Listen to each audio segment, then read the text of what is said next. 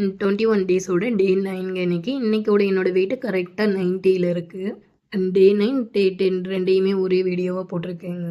Morning எப்பயும் போல warm water எடுத்துக்கிட்டேன். 9 மணிக்கிட்ட வந்து நான் வெள்ளை பூசணிக்காய் ஜூஸ் வந்து எடுத்திருக்கேன். 11:30 மணிக்கிட்ட கிரீன் டீ எடுத்துக்கிட்டேன். மதிய சாப்பாடு தக்காளி சாம்பார், முட்டைக்கோஸ் பொரியல் எடுத்திருக்கேன். ஈவினிங் 6 மணிக்கிட்ட பிளாக் டீ எடுத்திருக்கேன். நைட்டு 9:30 மணிக்கு கருப்பு கவுனியும் கொள்ளும் போட்டு கஞ்சி தாங்க எடுத்திருக்கேன். இன்னைக்கு ஜிம் போகலிங்க. கஞ்சி குடிச்சிட்டு ஒரு 1/2 மணி நேரம் கழிச்சு வாக்கிங் போகலான்னு சொல்லிட்டு வாக்கிங் தான் போனேன். அதிகபட்சமே நான் 10 நிமிஷம் தாங்க நடப்பேன். ரொம்பலாம் என்னால் நடக்க முடியாது. ஏன்னா எனக்கு கால் பெயின் கொடுத்துரும். ஏன்னா எனக்கு காலில் அடிபட்டிருக்கு. நான் ஆல்ரெடியே சொல்லியிருக்கேங்க. அதனால தான் என்னால் கொஞ்சம் நேரம் தான் நடக்க முடியும். ஓகேங்க, இன்னைக்கு டே 9 முடிஞ்சது.